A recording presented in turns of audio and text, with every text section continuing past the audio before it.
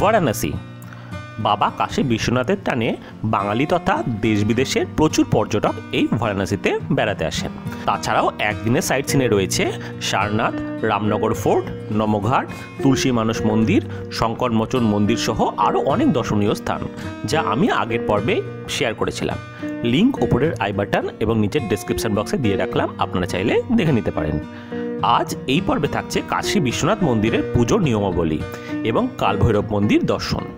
এছাড়াও থাকছে বেনারসের বিখ্যাত লক্ষ্মী চায়ওয়ালে এবং রামভান্ডারের কচুরি টেস্ট।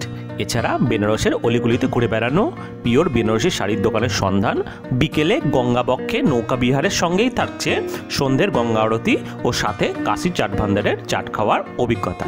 তো ভিডিওটা শেষ পর্যন্ত দেখবেন এবং ভালো লাগলে অবশ্যই লাইক ও কমেন্ট করে জানাবেন। তো চলুন দেরি না করে ভিডিওটা শুরু করা যাক।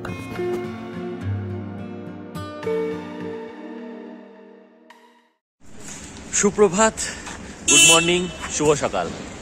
এখন আমরা যাচ্ছি কাশী বিশ্বনাথ বাবাকে দর্শন করতে। এখন বাজে ভোর 3টে। তো দেখি স্পর্শ দর্শন, শুনেছিলাম ভোরবেলায় হয়, সেই জন্য এত ভোরে স্নান করে আমরা স্পর্শ দর্শনের উদ্দেশ্যে রওনা দিয়েছি। যদি বাবা দেখা দেয় তাহলে তো খুব ভালো। তো আমরা এই কাশী বিশ্বনাথ দর্শন করে, অন্নপূর্ণা মন্দির দর্শন করে যাব কালভৈরব মন্দির। তো এই পুজো সম্বন্ধীয় সমস্ত ইনফরমেশন থাকবে আজকে এই ভিডিওতে। ভোর প্রায় 3টের সময় বাবার মাথায় জল ঢালার জন্য আমরা হোটেল থেকে বেরিয়ে রওনা হলাম কাশী বিশ্বনাথ মন্দিরের উদ্দেশ্যে। মন্দিরের সামনেই একটি দোকান থেকে পুজোর ডালা কিনে মোবাইল সেখানে একটি লকারে জমা রেখে আমরা পুজো দিতে গেছিলাম, কারণ এই মন্দিরের ভেতরে ফোন, ক্যামেরা কিছুই নিয়ে যাওয়া যায় না। কাশী বিশ্বনাথ মন্দিরে পুজো দিয়ে এরপর আমরা অটো করে চলে এসেছিলাম এই কালভৈরব মন্দির দর্শন করার জন্য। এই মন্দিরের ভেতরে আপনারা ফোন নিয়ে যেতে পারবেন, তবে কোনোরূপ ছবি তুলতে আপনারা পারবেন না, এবং এই মন্দিরেও পুজো দেওয়ার ব্যবস্থা আছে। তো এখন বাজে 7টা 10। আমরা এইমাত্র রুমে ফিরে এলাম। আমরা প্রথমে গেছিলাম কাশী বিশ্বনাথ মন্দির, কাশী বিশ্বনাথ বাবাকে দর্শন করলাম। তারপর আমরা গেলাম সেখান থেকে কালভৈরব মন্দির। কালভৈরব মন্দির এই গধিলিয়া চক থেকে কালভৈরব পর্যন্ত মন্দির নিল পার হেড অটো 20 টাকা করে। তো ওখানে গেলাম, বাবা কালভৈরবকে দর্শন করলাম, দিয়ে আমরা আবার চলে এলাম এই আমাদের হোটেলে। এবার এখান থেকে কিছুটা রেস্ট নিয়ে আমরা বেরোবো এখানকার পায়ে হেঁটে বিভিন্ন রকম সাইট সিনে। তো হোটেলে কিছুটা রেস্ট নেবার পর পায়ে হেঁটে বেরিয়ে পড়লাম বেনারসের রাস্তায়। তাই সকালে ব্রেকফাস্ট সারতে চলে এলাম বেনারসের বিখ্যাত দোকান লক্ষ্মী চায়ওয়ালেতে। তো আমরা এখন এলাম লক্ষ্মী চায়ওয়ালে, যার ঠিকানাটা কাশী বিশ্বনাথ মন্দিরে যে 4 নম্বর গেট আছে সেখান থেকে সোজা একটু এগিয়ে এসে বাঁ দিকে পড়বে, এই গলিটা আছে লক্ষ্মী চায়ওয়ালে।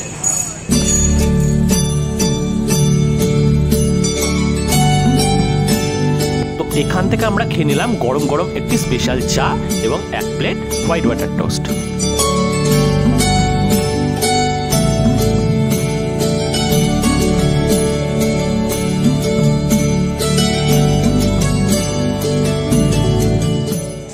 এবার আমরা যাচ্ছি রাম ভান্ডারের স্পেশাল কচুরি খেতে, বেনারসির অলিগলি দিয়ে।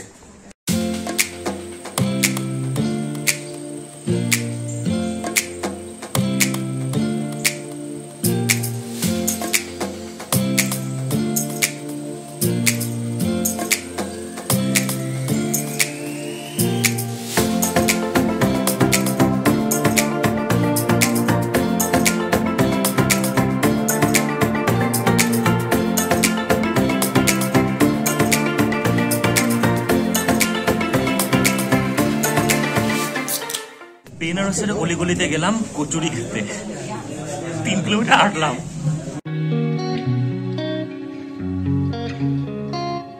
এই রামভান্ডার থেকে আমরা নিয়ে নিয়েছিলাম 1 প্লেট কচুরি সবজি এবং 1 প্লেট আলু কচুরি চানা। দুটোরই দাম ছিল 60 টাকা পার প্লেট। তো খেলাম দ্য ফেমাস রামভান্ডারের কচুরি, কিন্তু সত্যি কথা বলতে আমার কিন্তু ভালো লাগেনি। আমার বহরমপুরের কচুরি কিন্তু এর চেয়ে অনেক ভালো থাকে, এখানে মন হলো না।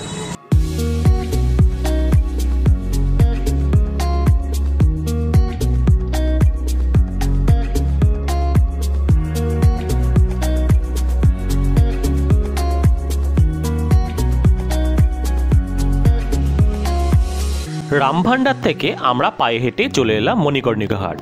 এই মণিকর্ণিকা ঘাটে কিছুক্ষণ সময় কাটানোর পর আমরা চলে এলাম কাশী বিশ্বনাথ মন্দিরের এই করিডোরে। তো চলুন এবার পুজোর ব্যাপারটা খোলসা করে বলা যায়। পুজো এখন আপনারা দুইভাবে দিতে পারেন, একটা হচ্ছে সাধারণ লাইন, একটা হচ্ছে সুগম দর্শন লাইন। সাধারণ লাইনে আপনারা যেমন লাইন দিয়ে যান সেরকমভাবে আপনারা দর্শন করতে পারবেন, এবং সুগম দর্শন লাইন সেটা আপনারা 300 টাকার বিনিময়ে সেটা অনলাইনেও টিকিট কাটতে পারেন, বা এখানে এসে 4 নম্বর গেটের কাছে একটা কাউন্টার আছে, সেখান থেকে আপনারা অফলাইনেও টিকিট কাটতে পারেন। সেটার সাহায্যে আপনারা তাড়াতাড়ি দর্শনটা করে নিতে পারেন।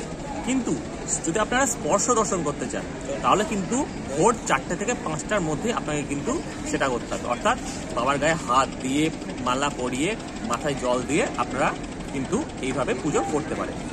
এই লাইনটা কিন্তু শুধুমাত্র 4টে থেকে 5টার মধ্যে যারা থাকবে তারাই কিন্তু করতে পারবে, কিন্তু এর জন্য কিন্তু আপনাকে 2:30 থেকে 3টের মধ্যে লাইন দিতে হবে। আমরা যেমন 3:15 লাইন দিয়েছিলাম, সেইখানে ত্রিশিকা 3 নম্বরে ছিল, গেটে 3 নম্বরে ছিল, মানে মন্দিরে ঢোকার 3 নম্বরে ছিল, তাও কিন্তু ত্রিশিকাকে ঢুকতে দেওয়া হয়নি, কারণ আমাদের 5টা বেজে গেছিল। তো অর্থাৎ 5টা যদি 3 বা 4 হতো তাহলে কিন্তু ত্রিশিকাও দেখতে পেয়ে যেত। আমরা একটু পেছনে ছিলাম, যেহেতু আমাদের একটু 10 মিনিট লাগতো, কিন্তু সেইটা স্পষ্ট করার জন্য কিন্তু আপনাকে 4টে থেকে 5টার মধ্যেই কিন্তু মন্দিরের মধ্যে প্রবেশ করতে হবে। সেই জন্য আপনাকে মোটামুটি 2:30 থেকে 3টের মধ্যে লাইনে কিন্তু দাঁড়িয়ে পড়তে হবে। এই দর্শনটা কিন্তু ফ্রি, এখানে কোনো প্রকার টাকা নেওয়ার দরকার নাই, শুধু আপনাকে একটু সকাল সকাল উঠে লাইনে দাঁড়াতে হবে। যেহেতু আমরা রাত প্রায় 2টোয় উঠেছিলাম, সেই কারণে কিছুটা টায়ার্ড লাগছিল, সেই জন্য আমরা আমাদের হোটেলের উদ্দেশ্যে রওনা দিলাম কিছুটা রেস্ট নেওয়ার জন্য। এই যে গোধুলিয়া মোড়ের এই নন্দীর স্ট্যাচুটা আর এই যে শাড়ির দোকানটা আছে, এই শাড়ির দোকানের এই নিচের গলিতেই হচ্ছে আমাদের হোটেল অমৃত গেস্ট হাউস। ফোন নাম্বার আমি নিচের ডেসক্রিপশন বক্সে দিয়ে রাখলাম, আপনারা চাইলে কল করে নিতে পারেন। তো এখন বাজে দুপুর 1টা। হোটেলে গিয়ে কিছুটা রেস্ট নিয়ে, মানে মণিকর্ণিকা ঘাট দেখে আমরা হোটেলে গেলাম, হোটেলে গিয়ে কিছুটা রেস্ট নিয়ে এবার আমরা যাচ্ছি বেনারসি শাড়ি কিনতে। তো দেখি কোথায় কম দামে বেনারসি শাড়ি পাওয়া যায়। বেনারসি শাড়ি কিনতে আমরা চলে এসেছিলাম বেনারসের কুঞ্জগলি, যার ঠিকানা কাশী বিশ্বনাথ মন্দিরের 4 নম্বর গেটের সামনের রাস্তা দিয়ে কিছুটা এগিয়ে ডান দিকে। আমরা যে দোকান থেকে শাড়ি কিনেছিলাম তার অ্যাড্রেস এবং কন্ট্যাক্ট নাম্বার নিচের ডেসক্রিপশন বক্সে দিয়ে রাখলাম। এই দোকানটা কিন্তু অনেকটা গলিতে, তাই চিনতে অসুবিধা হলে তাদের ফোন নাম্বারে কন্ট্যাক্ট করে নিতে পারেন।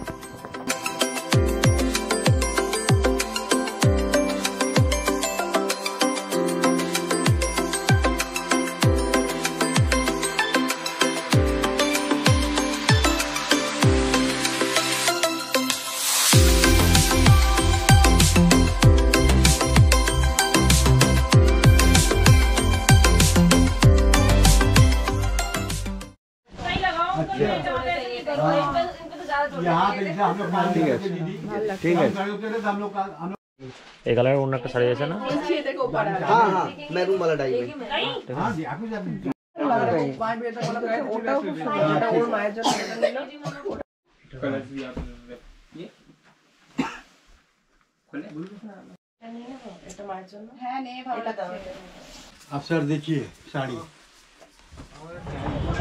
অবশেষে 2 ঘন্টা পর শাড়ি কিনে বের হলো ত্রিশিকা।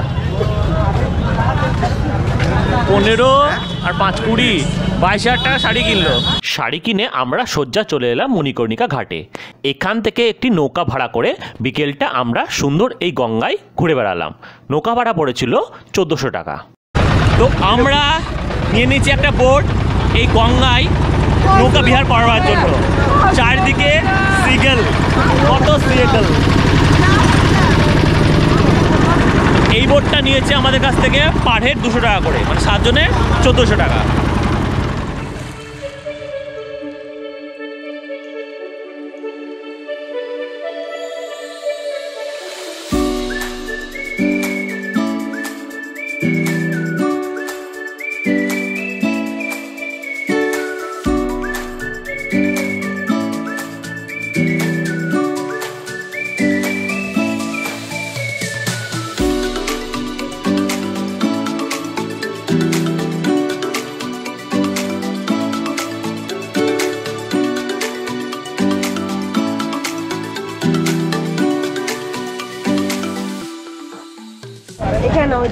তো আমাদের আধ ঘন্টার রাইড কমপ্লিট হলো।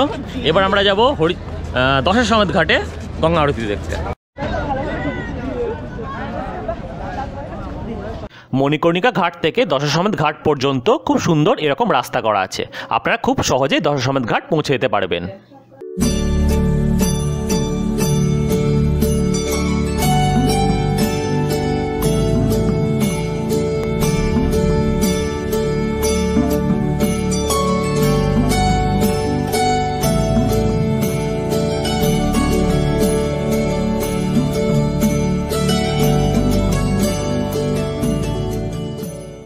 আপনারা যদি গঙ্গা আরতি একদম সামনে থেকে দেখতে চান তাহলে কিন্তু একদম অনেক বিকেল মোটামুটি বিকেল 4টে থেকে 3টের মধ্যেই আপনাদেরকে কিন্তু এই দশাশ্বমেধ ঘাটে পৌঁছে যেতে হবে। বেশি ভিড় হয়ে গেলে কিন্তু আপনাদেরকে পেছনে দাঁড়াতে হবে। তবে এছাড়াও আপনারা গঙ্গার ওপর বিভিন্ন নৌকার ওপর বসে কিছু টাকার বিনিময়ে আপনারা এই গঙ্গা আরতি দেখতে পারেন।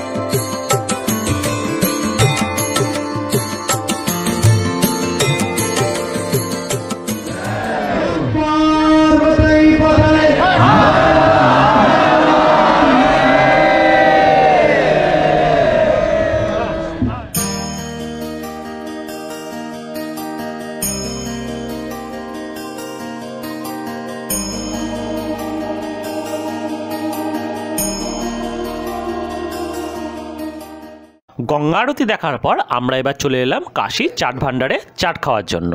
ভিড় ছিল মারাত্মক। তো ত্রিশিকা যুদ্ধ করে কাশী চাট ভান্ডার থেকে কি চাট এনেছি? সামোসা চাট ও পাপড়ি চাট। ক টাকা নিচ্ছে? 50। কেমন খেতে? ভালো খেতে না? দারুণ খেতে, একদম চাটের মতো খেতে।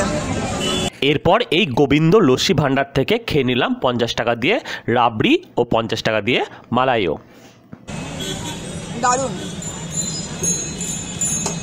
দারুণ।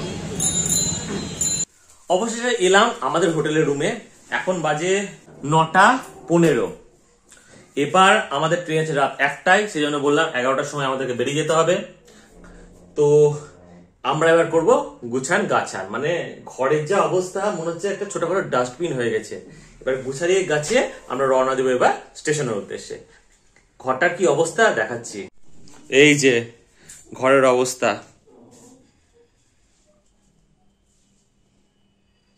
ত্রিশিকার কাজ। আমি একা আছি ঘরটায়, মাথা খারাপ। এগুলো সব প্যাকিং করতে হবে। এরপর আমরা গধুলিয়া চক থেকে বেনারস স্টেশন পর্যন্ত অটো করে চলে এলাম। অটো ভাড়া নিল পার হেড 30 টাকা করে।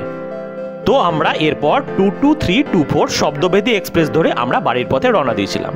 তো আজকের ভিডিওটা আমি এখানেই শেষ করছি। ভিডিওটি ভালো লাগলে অবশ্যই লাইক ও কমেন্ট করে জানাবেন এবং চ্যানেলটি সাবস্ক্রাইব না করা থাকলে চ্যানেলটিকে সাবস্ক্রাইব করে পাশে থাকা বেল আইকনটিকে প্রেস করে দিবেন পরের ভিডিওর আপডেট পাওয়ার জন্য। তো চলুন আজকের খরচের হিসাবটা এবার দেখে নেওয়া যাক।